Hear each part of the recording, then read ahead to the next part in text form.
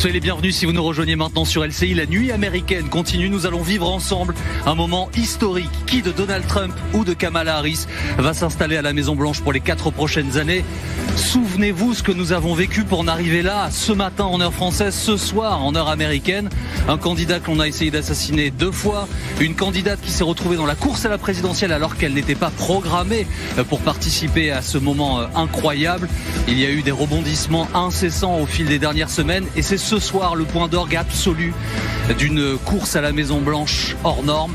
Les États commencent les uns après les autres à se colorer de rouge, de bleu et nous allons petit à petit vous raconter ce qui est en train de se passer. Je vous rappelle que l'objectif pour Kamala Harris et pour Donald Trump, c'est un chiffre magique, 270 grands électeurs. Les équipes TF1 LCI sont mobilisées partout sur le terrain aux États-Unis pour vous raconter comment la population vote, comment les candidats se préparent au cours de cette nuit à réagir, avec évidemment des lieux plus symboliques, plus importants que d'autres, les fameux swing states, ces États clés, ils sont 7.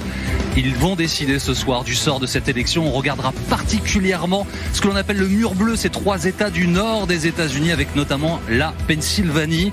Je voudrais saluer nos invités ce matin. Bonjour François Clémenceau, notre éditorialiste. Hello. Côté Karl Hoffman, bonjour et bienvenue. Vous êtes président de Population Service International et ancien membre de l'ambassade des États-Unis à Paris. Et bonjour Bruno Cabane, bienvenue. Vous êtes professeur d'histoire contemporaine à l'Ohio Université.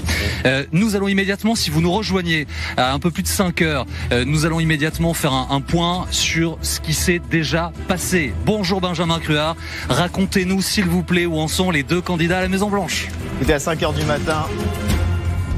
À 5 heures du matin, Jean-Baptiste, vous voyez le décompte et vous voyez que, en fait, depuis le début de la nuit, c'est bien Donald Trump qui fait la course en tête avec ses 210 grands électeurs. Il n'est plus qu'à 60 grands électeurs de cette fameuse jauge des 270 et Kamala Harris, elle, pour l'instant, en est toujours à 91 grands électeurs.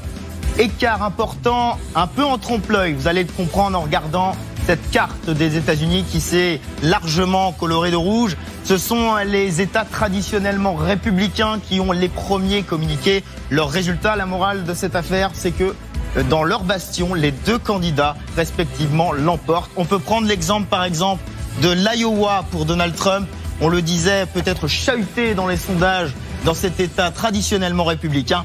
Il l'emporte avec 56% et remporte donc les 6 grands électeurs. On peut aussi parler de la Floride pour Donald Trump, un État qui fut un temps un swing state, qui ne l'est plus. Vous voyez la Floride remportée par Donald Trump, alors que 97% des bulletins sont dépouillés. 30 grands électeurs pour Donald Trump. De la même manière, Kamala Harris, dans les bastions démocrates, l'emporte. On peut prendre l'exemple de l'État de New York. L'État de New York, 57% des voix pour Kamala Harris. Vous l'aurez compris, il n'y a pas de surprise dans les fiefs. Ça va bel et bien se jouer comme prévu dans les 7 États pivots, les 7 fameux swing states dont on parle en permanence et qui se trouvent un petit peu à l'est, et également du côté de la Sunbelt et également du côté du nord et des Grands Lacs. Alors, l'information qui nous parvient à l'instant, et ça va être comme ça dans les heures qui viennent, c'est que la Californie vient de tomber. La Californie côté démocrate.